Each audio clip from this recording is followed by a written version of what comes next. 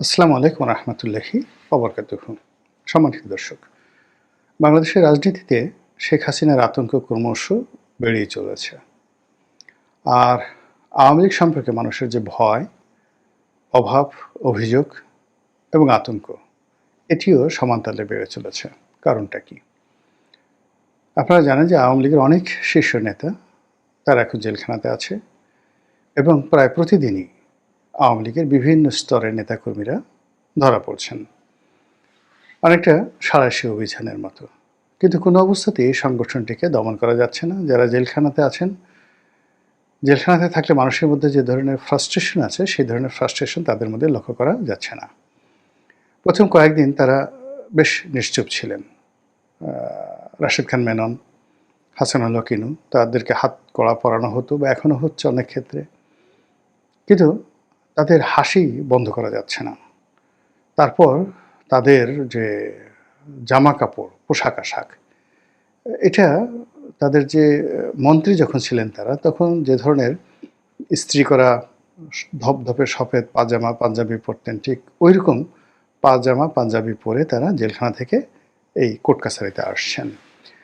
আগে অনেকে মাথা নিচু করে থাকতেন, ভয় কাজ করতো, আতঙ্ক কাজ করতো, কিন্তু ইদানিং দেখেন তারা উল্টো তাচ্ছিল্যের হাসি হাসছেন। তাদের চেহারা অনেকের ভালো হয়ে গেছে এবং বিভিন্ন মাধ্যমে আমরা যে কথাবার্তা শুনি যে তারা জেলখানাতে বেশ যারা জেলের কর্মকর্তা রয়েছেন তাদেরকে বেশ ধমক দেন। এগুলো একটা। আমি একজন ঊর্ধ্বতন পুলিশ কর্মকর্তা একদিন আমার অফিসে আসলেন যে কোনো একটা বিষয় নিয়ে। তখন কথা প্রসঙ্গে তিনি বললেন যে তাদের যে তদন্ত সংস্থা, তিনি একটা সংস্থার রয়েছেন, পুলিশের অপরাধ তদন্ত বিভাগ, একটি গুরুত্বপূর্ণ বিভাগ, আমি নাম বললাম না। তো সেখানে একটা মামলার রিমান্ড ছিল, সেই রিমান্ডে সালমান এফ রহমান সাহেব এসেছেন। তো উনি বললেন যে তার যে পেশি, হাতের যে পেশি, তার বয়স হতো এখন প্রায় ৮০ বছর, মানে শেখ হাসিনার চাইতে ১-২ বছরের ছোট, শেখ কামালের বন্ধু। তো সেক্ষেত্রে তার বয়স ৭৬-৭৭ এরকম বছরে হবে। তো উনি যেটা বললেন যে তার হাতের পেশি, পায়ের পেশিগুলো একেবারে স্টিলের মতো, লোহার মতো। তা আমি বললাম, যেটা বুঝলেন কী করে? যখন হ্যান্ডশেক করলাম বা উনি হ্যান্ডশেক করলেন, করার পরে সে যে কুয়াচ দিয়ে আমার হাতটা চাপ দিল, তাতে মনে হলো যে তার গায়ে অনেক শক্তি এবং আমি তার সাথে পাঞ্জা লড়ে পারবো না। এবং তিনি যখন চাপ দিচ্ছিলেন তখন তার হাতের পুরো পেশিটা, যাকে বলা হয় মাসেলগুলো, ফুটে উঠছিল। ২ নম্বর হলো যে তিনি বাংলায় তো একটু টেনে টেনে বলেন। তো সেই টেনে টেনে তিনি বললেন যে, দেখো, একেবারে তুমি করে কর্মকর্তা, দেখো, এইরকম ঘটনা আমার জীবনে অনেকবার ঘটেছে বা আমাদের জীবনে এগুলো অহরহ ঘটে, এটা কোনো সমস্যা না। তাহলে চিন্তা করুন, তার ফ্যাক্টরি জ্বালিয়ে দেওয়া হয়েছে, পুড়িয়ে দেওয়া হয়েছে, তার অফিস এখনও পরিপূর্ণভাবে সব অফিসগুলো চালু করা যায়নি, তার যে ইন্ডাস্ট্রিয়াল পার্ক, যেখানে প্রায় ৬০,০০০ লোক চাকরি করতো, পুরো ইন্ডাস্ট্রিয়াল পার্ক বন্ধ, সব কিছু বন্ধ, কিন্তু তিনি একেবারে মোটেই হতাশ নন। এইগুলো এক। তার ঘনিষ্ঠ বন্ধু আনিসুল হক, সেই আনিসুল হক যিনি সাবেক আইনমন্ত্রী, তাকেও দেখলাম তার চেহারা অনেক ভালো হয়ে গেছে, আগের চেয়ে অনেক ভালো হয়ে গেছে। শাহজাহান খান মন্ত্রী, তিনি তো রীতিমতো যাকে বলা হয় একেবারে রাজার মতো, যেভাবে ঢোলা পাঞ্জাবি পরে আসেন, তাতে মনে হলো যে মন্ত্রী শাহজাহান খান বা এমপি শাহজাহান খান বা সংসদীয় কমিটির সভাপতি শাহজাহান খান, তার চাইতে এখন আসামি শাহজাহান খান, তার দাপট অনেক বেড়ে গেছে।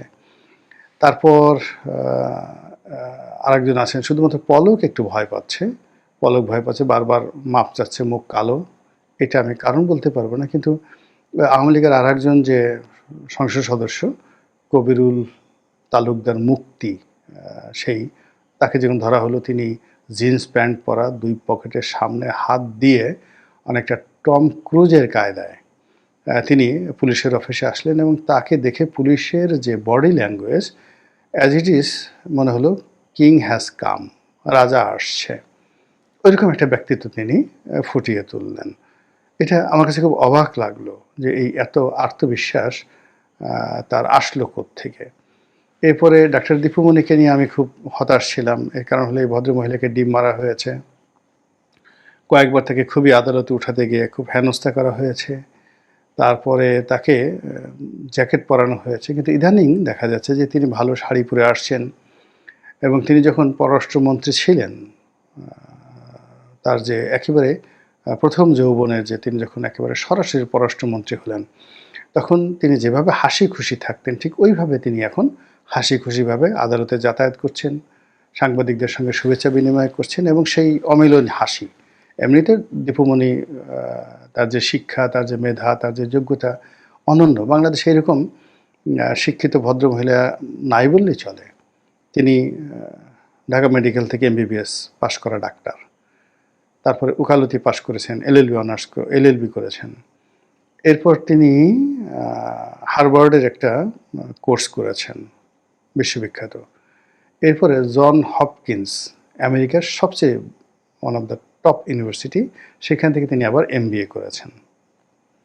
এবং তার বাবা, মানে তার ভাই, মানে তার যে বংশ চাঁদপুরে one of the royal family. তো এই যে ভদ্রমহিলা, তিনি একেবারে স্বাভাবিক হয়ে গেছেন। তো মানুষ তখনই স্বাভাবিক হতে পারে যখন তার কাছে চমৎকার একটা আশা থাকে, সুসংবাদ থাকে। আদারওয়াইজ পৃথিবীর সবচাইতে পাওয়ারফুল ম্যান তিনিও জেলখানাতে গিয়ে হতাশাগ্রস্ত হয়ে পড়েন। নেলসন ম্যান্ডেলার মতো মানুষ পড়ে দেখেন, কিংবা মহাত্মা গান্ধী, তার যে আত্মজীবনী পড়ে দেখেন। তারপর যাকে বলা হয় মাওলানা আবুল কালাম আজাদের ডিসকভারি ইন্ডিয়া পড়ে দেখেন, বঙ্গবন্ধুর আত্মজীবনী পড়ে দেখেন। প্রতি মুহূর্তে তারা হতাশার সাগরে ডুবেছিলেন। তাদের মনে হচ্ছিল আজকে বোধহয় তার জীবনের শেষ দিন। শেখ হাসিনাও আমাকে একদিন বলেছিলেন যে 1/11-এর সময় তিনি যখন জেলে ছিলেন, তার কাছে মনে হতো আজকেই বোধহয় তার জীবনের শেষ দিন, এরকম মনে হতো। আমি নিজে যখন জেলে ছিলাম, প্রতিদিন একটা ভোর হতো বা একটা রাত হতো, বিভৎস একটা ভোর, বিভৎস। তারপরে একটা রাত আসতো, বিভৎস। কোনো কিছুতেই শান্তি নেই, খাওয়াতে হজম নেই, কোনো কিছু ভালো লাগে না। আমি জেলখানাতে ঢুকলাম, আমার চোখে কোনো সমস্যা ছিল না। ওই দিন 24 ঘন্টার মধ্যে হঠাৎ করে দেখলাম যে আমি চোখে দেখি না, চশমা লাগলো, নতুন চশমা নিতে হলো। কোনোদিন আমার দাঁতের সমস্যা ছিল না। 1 সপ্তাহ পরে দেখলাম যে আমার দাঁত এমন ক্ষয় হয়ে গেছে, এরপর আমার দাঁতে ফিলিংস করতে হলো।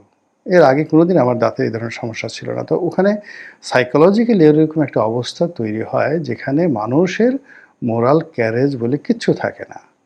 এর আগে যখন সালমান এফ রহমান, আমি যে রুমটাতে ছিলাম সেই রুমে সালমান এফ রহমান সাহেব ছিলেন। তো গিয়াসউদ্দিন আল মামুন সাহেব বলতেন যে এখানে সারাক্ষণ তিনি কান্নাকাটি করতেন, সারাক্ষণ কোরআন শরীফ পড়তেন এবং বলতেন যে তিনি জেল থেকে বের হয়ে আর জীবনে এই ধরনের কর্ম করবেন না। তো সেই সালমান এফ রহমান এই সময়টাতে এসে কোনো অনুশোচনা নেই, ভয় নেই, তওবা নেই, কোনো কথা নাই, তিনি আরও আত্মবিশ্বাসী হয়ে পড়ছেন। এই মাহমুদুর রহমান আমার দেশের, আমরা একসাথে জেলে ছিলাম। মামুন, গিয়াসউদ্দিন আল মামুন, তারেক রহমান সাহেবের বন্ধু, সারাক্ষণ কোরআন শরীফ ছাড়া, মানে মনে হয় যে না শুধু সারাদিন অলি আল্লাহ হয়ে গিয়েছিল একেবারে রীতিমতো। সারাক্ষণ কোরআন শরীফ পড়তেন, নামাজ কালাম থেকে শুরু করে, তসবিহ তাহালিল থেকে শুরু করে, তওবা ইস্তেগফার থেকে শুরু করে, আত্মসমালোচনা, কী কী অন্যায় করেছেন, ভুল করেছেন, সব কিছুর জন্য তার অনুশোচনা ছিল। এই জেলখানা। তো সেই জেলখানাতে গিয়ে যখন কেউ আবার রিগেইন করে, স্বাস্থ্য ভালো হয়, শক্তিমত্তা বেড়ে যায়, আত্মবিশ্বাস বেড়ে যায়, তখন তাকে ভয় না পেয়ে কোনো কারণ নেই, যেটা আওয়ামী লীগকে নিয়ে এই মুহূর্তে হচ্ছে। এই গেল এক। 2 নম্বর হলো যে শেখ হাসিনা। এখন শেখ হাসিনা প্রবাসে আছে, দিল্লিতে আছে। প্রথম কিছুদিন আমরা তার কথাও শুনতে পাইনি, ছবিও দেখতে পাইনি। এরপরে অলানে সারাদিন আমরা জানতে পারলাম যে তিনি সেই গান গাচ্ছেন। তারপরে তিনি ওই লোদি গার্ডেন, দিল্লির অভিজাত একটা পার্ক আছে, তো তাকে নাকি সেই লোদি গার্ডেনে ঘোরাফেরা করতে দেখা গিয়েছে। পরবর্তীতে জানলাম যে তিনি রয়্যাল মেহমান হিসেবে, রাজকীয় মেহমান হিসেবে ইন্ডিয়ার, মানে একেবারে অন্য দেশের যে রাষ্ট্রপ্রধান, অর্থাৎ দালাই লামাকে তারা যে আশ্রয় দিয়েছে, ভারত আশ্রয় দিয়েছে, অন্য একটা দেশের প্রেসিডেন্টের যে প্রোটোকল, সেই প্রোটোকল দিয়ে দালাই লামাকে আশ্রয় দিয়েছে। ঠিক দালাই লামার স্ট্যাট আছে, শেখ হাসিনাকে দিল্লিতে রাখা হয়েছে। বিশাল বাংলো, মানে এখানে যমুনাতে ডক্টর মোহাম্মদ ইউনূস যেভাবে আছে তার চেয়ে অনেক অনেক ভালো। এর কারণ হলো ইন্ডিয়া মানে যমুনা তো মানে ইভেন কি আমাদের যে গণভবন, আপনারা যারা সফদরজং রোড দিল্লিতে গেছেন, হুমায়ুন রোডে গিয়েছেন, যেখানে মন্ত্রী মিনিস্টাররা বসবাস করে, কোনো মন্ত্রীর বাড়িতে, রাজনাথ সিংয়ের বাড়িতে যদি আপনি যান, অমিত সিংয়ের বা অমিত শাহের বাড়িতে যদি যান, তাহলে আপনি দেখতে পাবেন যে আমাদের দেশের গণভবন বা বঙ্গভবনের যে জৌলুস, তার চেয়ে ভারতের যে কোনো মন্ত্রীর বাসভবন বা গভর্নরের বাসভবন, এটার বিলাসিতা বলে আপনি শেষ করতে পারবেন না। এর কারণ হলো ওই যে ব্রিটিশ জমানাতে ব্রিটিশ ভাইসরয়, গভর্নর জেনারেলদের যে স্ট্যাটাসগুলো ছিল, মন্ত্রীর যে স্ট্যাটাস ছিল, ঠিক সেম স্ট্যাটাসটা তাদের মন্ত্রী মিনিস্টারের জন্য তারা বরাদ্দ রেখেছে। কেবলমাত্র মুখ্যমন্ত্রী যারা হয়, প্রাদেশিক সরকার যেমন মমতা ব্যানার্জি, তাদের জন্য অতটা জৌলুস থাকে না, খুব সাধারণ জীবনযাপন থাকে। কিন্তু পশ্চিমবঙ্গে যিনি গভর্নর আছেন কেন্দ্রীয় সরকারের, তার জৌলুস দেখলে আপনি শাহাবুদ্দিন চুপ্পুকে মনে হবে একটা ডিসিও না। পশ্চিমবঙ্গে যিনি কেন্দ্রীয় সরকারের গভর্নর হিসেবে আছেন, তার বাড়ির জৌলুস যদি দেখেন, আপনার এখানে গভর্নর মানে বাংলাদেশে যে শাহাবুদ্দিন চুপ্পুর বাড়ি গণভবন, বঙ্গভবন, সেই বঙ্গভবনের জৌলুস দেখে আপনার মনে হবে এটা কোনো বাড়িই না। আপনি যদি আমাদের সেনাপ্রধান ওয়াকারুজ্জামান যে বাড়িতে থাকে সেই বাড়ির জৌলুস দেখেন, আর রাওয়ালপিন্ডিতে, ইসলামাবাদে যদি একজন ব্রিগেডিয়ার পদমর্যাদার পাকিস্তান সেনাবাহিনীর কর্মকর্তার বাসভবন দেখেন, একজন কোর কমান্ডারের বাসভবন দেখেন, আপনি মনে হবে যে আমাদের জেনারেল ওয়াকারুজ্জামানের বাসাটা একজন মেজরের বাসা, জাস্ট সেনাবাহিনীর একজন মেজরের বাসা। এটা পাকিস্তান এখন এই জিনিসটা রেখেছে। ইমরান খানের অফিস, আপনি যদি পাকিস্তানের প্রধানমন্ত্রীর অফিস, শাহবাজ শরীফের অফিস, ইমরান খানের অফিস, সেই অফিসটা যদি দেখেন, আর আমাদের এই যেটা প্রধানমন্ত্রীর অফিস বা প্রধান উপদেষ্টার অফিস, এটাকে দেখে আপনার মনে হবে এটা একটা ডিসি অফিস। পাকিস্তানের সুপ্রিম কোর্ট ভবনে যদি যান আর আমাদের সুপ্রিম কোর্ট ভবন যদি দেখেন, মানে ওই সমস্ত দেশে যে জিনিসগুলো করা হয়, এটা আমরা এখন ওই পর্যায়ে পৌঁছতে পারিনি, ওই অভিজাত্য বা ওই জৌলুসের ধারে কাছে যেতে পারিনি। তো সেই দিক থেকে শেখ হাসিনাকে যেভাবে রাখা হয়েছে দিল্লিতে, ওই বাড়ি যদি আপনি দেখেন, ওই বাড়ির জৌলুস যদি দেখেন, আপনি হিংসা না করে পারবেন না, আপনাকে হিংসা করতে হবে।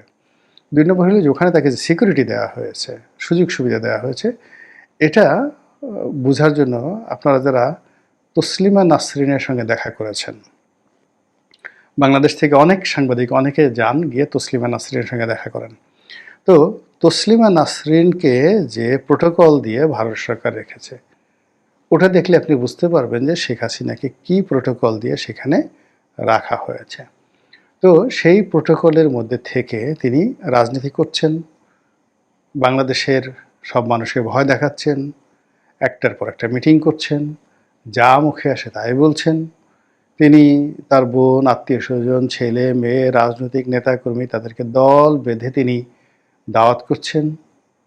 ভারত সরকার আবার তাদের খাওয়া দাওয়ার ব্যবস্থা করছে। মানে ধরুন শেখ হাসিনার বাসায় কলকাতা থেকে ২০ জন শীর্ষ নেতা গেল, তো তাদেরকে তার বাসায় খাওয়া দাওয়া করানো হবে। এই রাজকীয় শাহী খাবার দাবারও ভারত সরকার দিচ্ছে। যারা ওখানে গেছে তাদের হয়তো এই ধরনের কথাবার্তা কতটা সত্য মিথ্যা সুন্দরভাবে বলতে পারবে, বাট এটাই সেখানে হচ্ছে।